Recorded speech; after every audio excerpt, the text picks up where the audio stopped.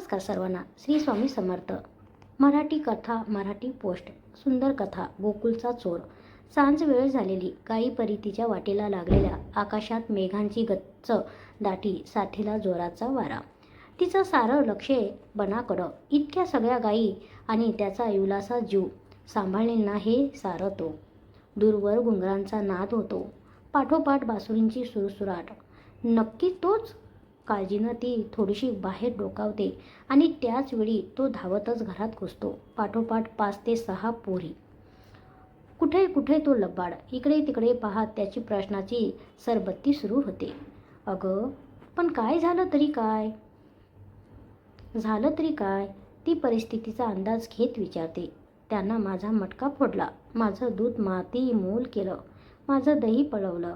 माझं लोणी खाऊन टाकलं. आता घरी काय सांगू मी? अशा सर्वांचा कळकळाट एकदम उठला. सगळ्या जणीचा एकच गलका. अचानक माग घरातील पडद्यामागे हालचाल होते.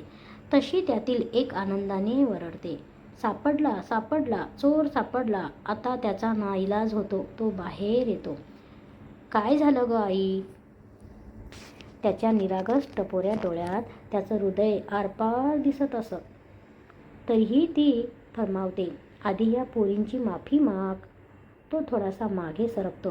अगं आई, काहीच चूक नसताना कशी मागू माफी? मटका किती मोठा. पुन्हा तो त्यांच्या डोईवर माझे इवलेसे हात तिथपर्यंत पोहोचतीलच कसे?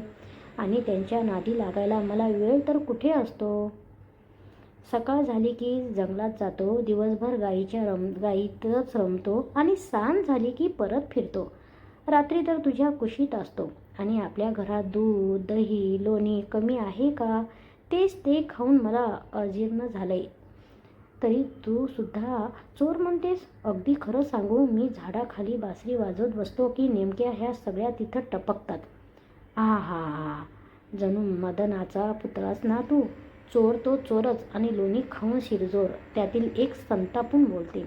नक्की काय घडलं असावं याचा तिला अंदाज होतो. म्हणूनच ती मन घट्ट करते आणि त्याला खांबाशी उभा करून दोरीने बांधते. आता तो एकेका हुंदक्याशी सरशी बोलत असतो. मला सारं माहीत आहे. तू माझी खरी खरी आई नाहीयेस, म्हणूनच तू मला चोर म्हणतेस.